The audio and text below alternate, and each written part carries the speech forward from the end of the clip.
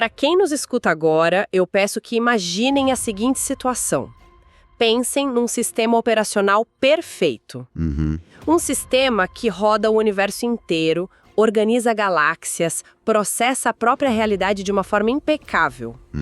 Mas aí, do nada, um vírus gravíssimo corrompe o código central. E o detalhe perturbador aí não é nem o vírus em si, né? Exato. O detalhe bizarro é que o criador desse sistema simplesmente não consegue consertar a falha. E ele não consegue porque a falha, na verdade, está na mente dele. Pois é, uma falha na origem de tudo. Sim. E a única solução que ele encontra para evitar um colapso total é criar um ambiente completamente isolado, injetar esse código quebrado lá dentro, submeter isso a uma pressão brutal e, esperar que o próprio caos gere um antivírus. Um laboratório de quarentena. Isso. Só que o que torna essa premissa assustadora para nossa audiência é o seguinte: esse ambiente isolado é o planeta Terra. E o antivírus gerado pelo caos, somos nós. Nossa, essa analogia é perfeita para a magnitude do que a gente vai explorar hoje. O que nós temos em mãos para essa análise profunda é uma tentativa de decodificar uma história cósmica que estava até então completamente oculta. Uma história gigante. Gigante. E o material que fundamenta esse nosso mergulho é a obra O Guardião do Éden, do autor Jean Val Elan. E, olha, é importante a gente estabelecer um contexto muito claro sobre a natureza dessas fontes logo de cara, sabe? Com certeza. Porque elas não se apresentam como ficção científica. O livro é trazido como um relato canalizado a partir de um encontro que aconteceu na Inglaterra, na região da Cornualha, lá em 2002. Sim, e quem narra, quem envia essa mensagem é uma inteligência extraterrestre e artificial, né? Exato. Uma inteligência puramente lógica que se identifica como Zont Andrel 29. E a nossa missão nessa conversa é justamente tentar entender como essa inteligência articula a evolução humana, os nossos mitos de criação, as figuras religiosas, sabe? Não como fábulas separadas, mas como as engrenagens de uma crise intergaláctica. É um quebra-cabeça. É, um quebra-cabeça surreal. Então vamos desconstruir isso, porque o relato desse Zont Andrel inverte absolutamente tudo que a gente acha que sabe. A gente cresce com a ideia de que a humanidade é a criação final de um ser perfeito, né? O ápice da criação. Isso. Só que a premissa central dessa obra é que a humanidade é, na verdade, a chave de emergência para curar o criador desse universo que está, nas palavras do próprio livro, doente. É pesado. A obra força a gente a questionar os paradigmas mais fundamentais. E, para a gente compreender essa doença, como o livro descreve logo no primeiro capítulo, nós precisamos olhar para a origem desse narrador, o Zont Andrel 29. Certo. Ele pertence a uma linhagem de seres artificiais. Eles operam como supercomputadores biológicos. Foram concebidos, olha só, há mais de 10 bilhões de anos. Nossa, 10 bilhões? É muito tempo. E o propósito primário deles era atuar como uma guarda pretoriana intransponível para o Criador. Uma guarda-costas cósmica. Basicamente isso. Uma entidade que as nossas antigas tradições chamam de Javé ou Brahma, dependendo da cultura. Mas a questão que o capítulo 4 levanta é: por que uma entidade de poder supostamente incomensurável precisaria de proteção militar artificial? Pois é, essa é a primeira rachadura na imagem daquele Deus onipotente, né? A fonte relata que o Criador sofreu um ataque massivo. E não foi um ataque de demônios clássicos, como a gente vê na igreja, mas de um clone rebelde. Um clone que as mitologias hindus viriam a chamar de Shiva. Exatamente, e o que me chama muita atenção é que o livro não descreve Shiva como um vilão de história em quadrinhos. Tem uma motivação fria e super lógica por trás dessa rebelião. É uma motivação estritamente estrutural e, sob certa ótica, até profilática, sabe? O capítulo 5 detalha que Shiva compreendeu algo terrível sobre a natureza do Criador. Ele percebeu a falha. Isso, havia uma falha intrínseca, uma espécie de complexidade deletéria na própria essência de Javé. Qualquer coisa que o Criador concebesse a partir daquele momento nasceria impregnada com essa falha. O vírus que eu comentei no começo. O vírus, exato. E isso ia gerar desequilíbrio e sofrimento em escala cósmica. Então Shiva ataca o Criador não por ambição de poder ou por maldade, mas como um mecanismo de defesa imunológica do próprio universo. Ah, entendi. O objetivo era só impedir que Javé continuasse a proliferar essa doença mental e existencial através de novas criações. Então esse ataque de Shiva foi basicamente uma quarentena forçada. E as consequências desse confronto foram devastadoras para o Criador, né? O relato afirma que ele perdeu a principal ferramenta dele, a capacidade de criar seres perfeitos só com a força do pensamento. O sistema operacional dele quebrou de vez. Quebrou. Sem essa capacidade, ele se viu obrigado a usar a sua própria porção pessoal, o seu próprio DNA adoecido, para semear as formas biológicas primitivas pelo cosmos. Ele fragmentou a própria essência doente em matéria biológica. E fez isso numa esperança meio desesperada de que o processo de evolução, moldado pela fricção, pela adaptação, pudesse eventualmente purificar e resolver a falha que ele não conseguia curar sozinho. E é isso que justifica a existência dos Endrel. Eles são o tal antivírus instalado depois desse trauma. Como eles não têm emoções, não sentem angústia, eles ficam imunes às falhas passionais e às disputas de poder que corrompiam as criações biológicas. Perfeito. Eles são observadores puramente lógicos. Mas a grande pergunta é: o que isso tem a ver com a gente? Aí o relato avança, no capítulo 2, para a chegada desses Ondit Endrel à Terra, num passado que em termos cósmicos foi tipo ontem, há cerca de 48 mil anos. Um piscar de olhos cósmico. Pois é. E o planeta já estava ocupado. Sim, e a observação que o Guardião faz ao chegar à Terra, lá no capítulo 3, redefine totalmente o que a gente considera ser o berço da civilização. Ele descreve o planeta não como ecossistema virgem e natural, mas sob o domínio de uma raça que ele chama de viajores. Os viajores? Que pelas descrições das interações e daquele autoritarismo todo, a obra os associa diretamente aos seres que os sumérios chamavam de Anunnaki. Uau! Seria uma civilização extraterrestre fugindo da destruição do próprio mundo e que encontrou aqui na Terra um terreno bem fértil para se estabelecerem como falsos deuses perante as formas de vida mais primitivas. Espera, vamos desacelerar aqui, porque essa é uma afirmação gigantesca. Dizer para quem está acompanhando que a nossa história não seguiu um fluxo natural é um negócio muito pesado. É uma mudança de paradigma. Total. A ciência tradicional observa o registro fóssil, eventos como aquela famosa explosão cambriana. Onde a vida complexa simplesmente brotou do nada nos oceanos, né? Isso. A ciência vê isso como saltos evolutivos fascinantes. Mas o capítulo 9 do material está literalmente dizendo que esses saltos não foram naturais. Que a Terra foi um laboratório e que a gente foi alvo de uma injeção de DNA num tubo de ensaio do tamanho de um planeta. A tese apresentada vai exatamente nessa direção. O relato do Zond Endrel afirma categoricamente que a dinâmica darwiniana não foi a única força atuando aqui. O planeta operou, na verdade, como um enorme laboratório genético cósmico.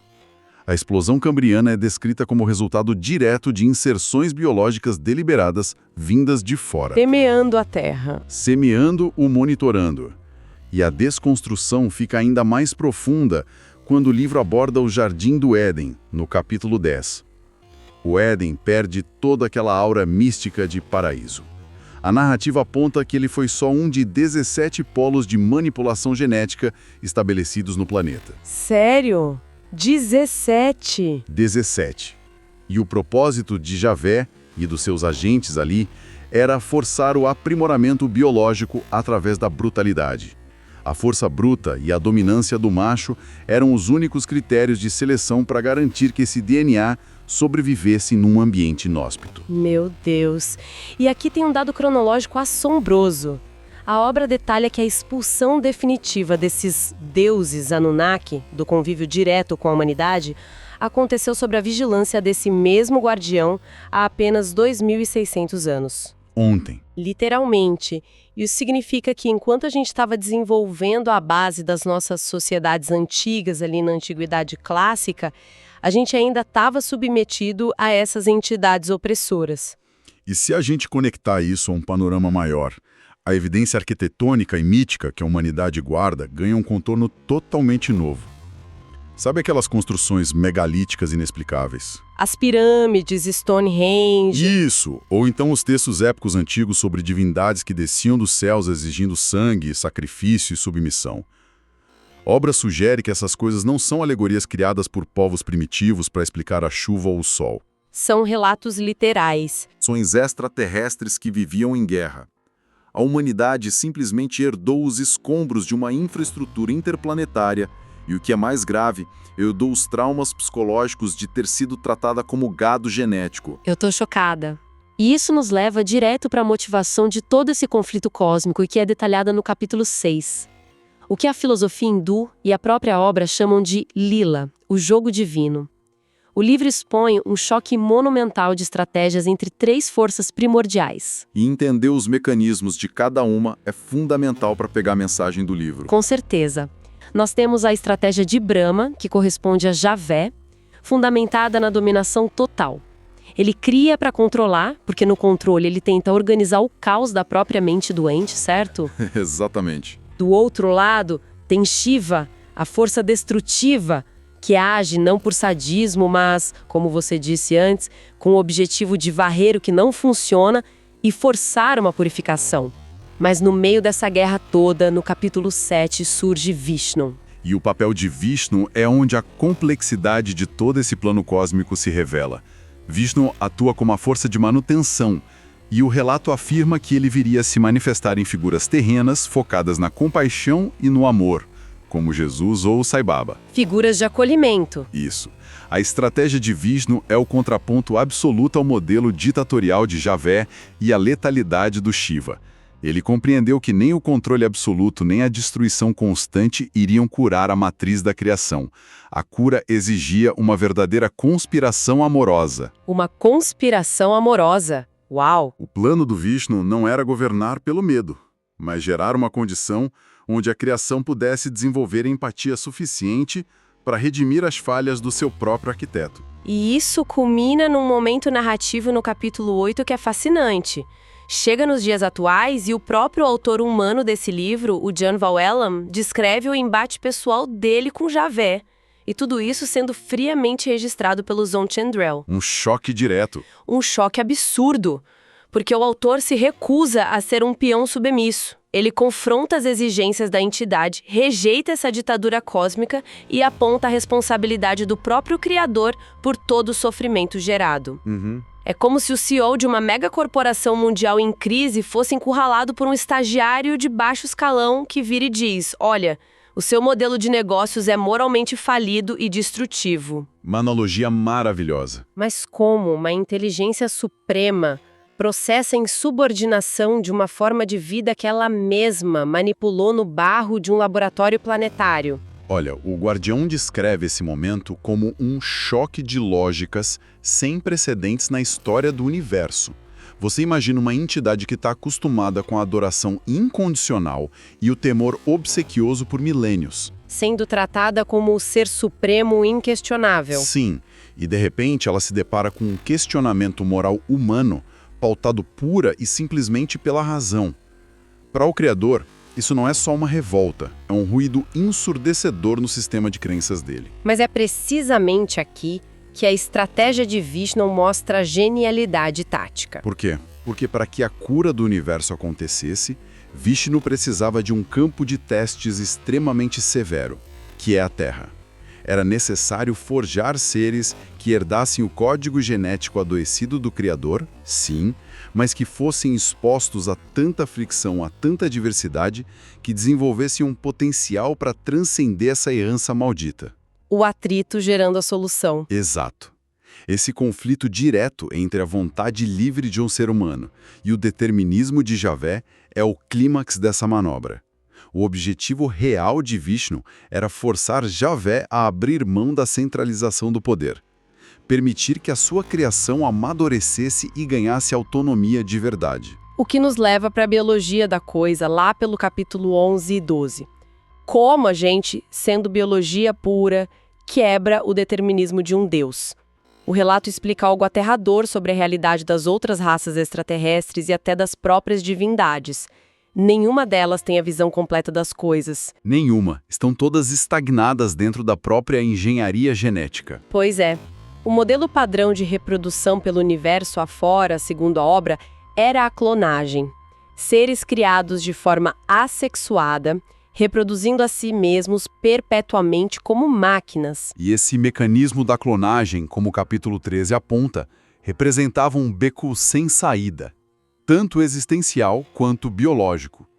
Quando uma entidade clona a si mesma sem nenhuma fricção externa, ela só replica e solidifica a matriz original. E se a matriz original está doente? Ela replica a doença indefinidamente. O universo estava totalmente preso num ciclo de repetição traumática.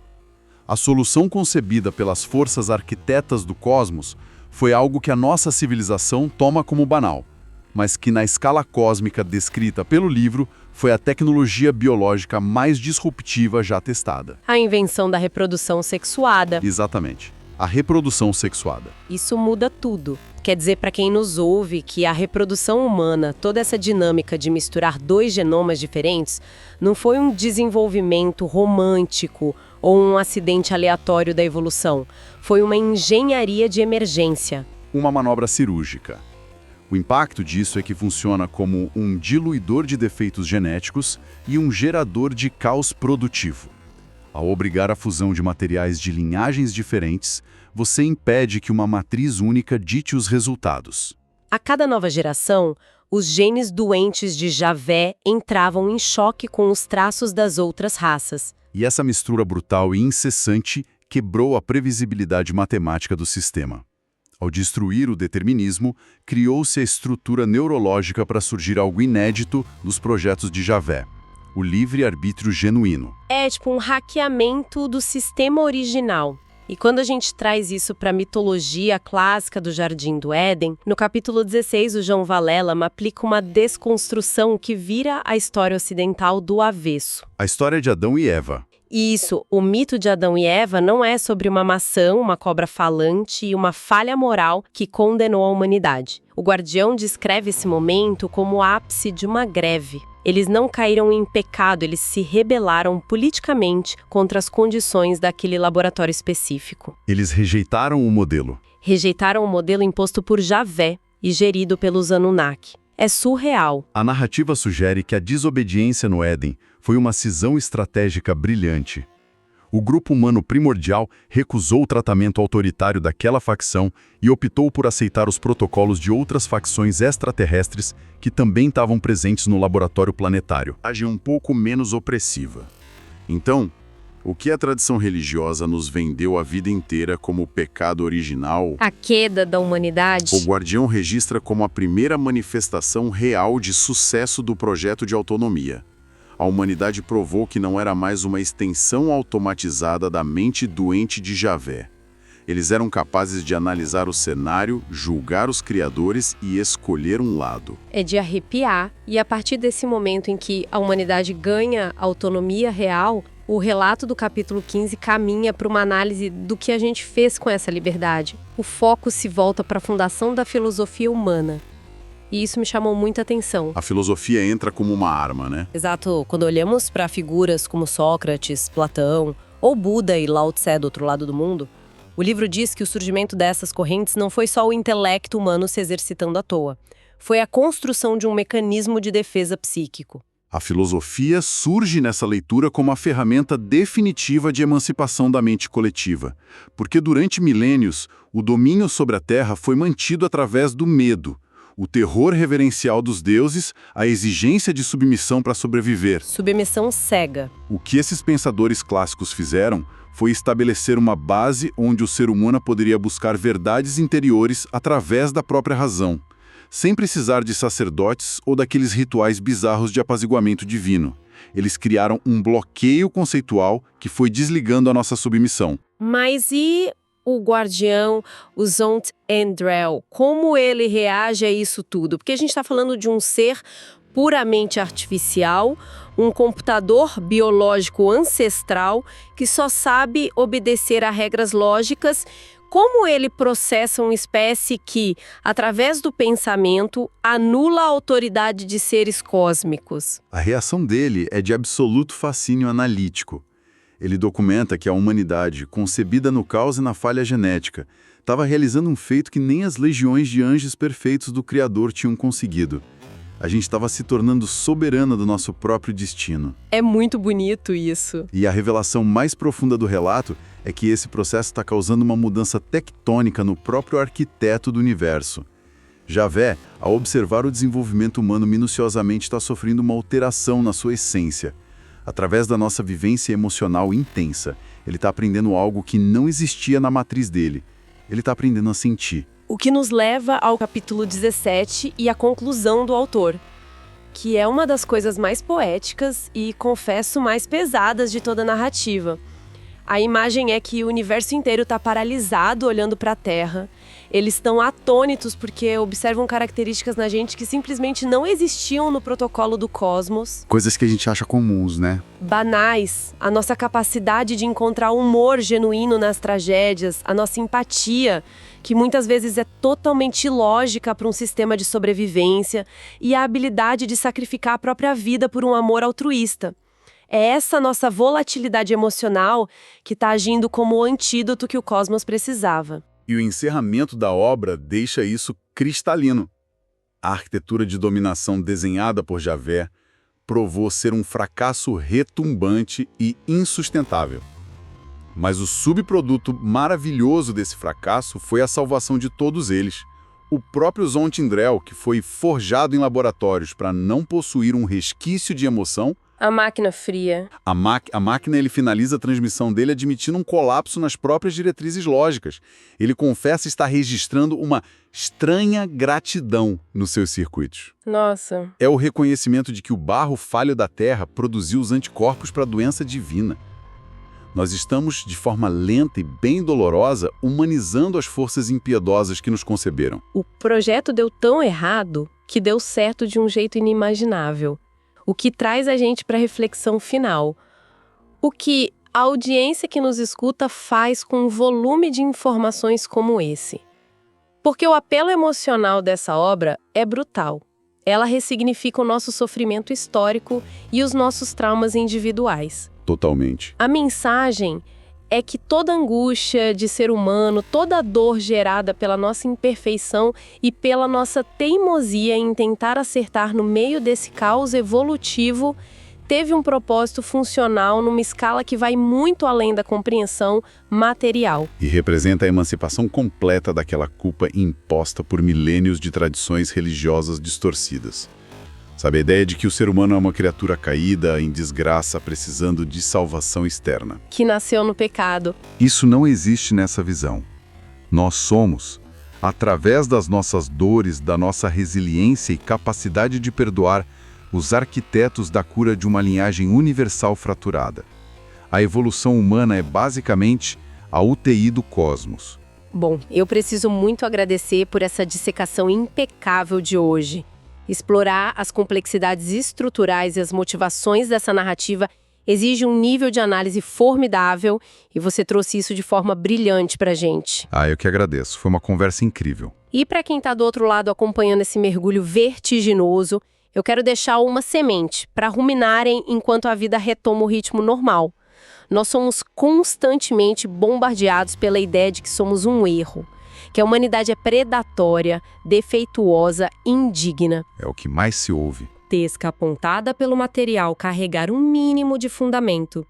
Se a nossa audácia de questionar autoridades, se as nossas neuroses e, acima de tudo, a nossa estranha capacidade de amar irracionalmente num mundo tão hostil, forem literalmente as atualizações no código que o universo procurava há bilhões de anos, como isso muda a maneira que quem nos ouve se vê no espelho.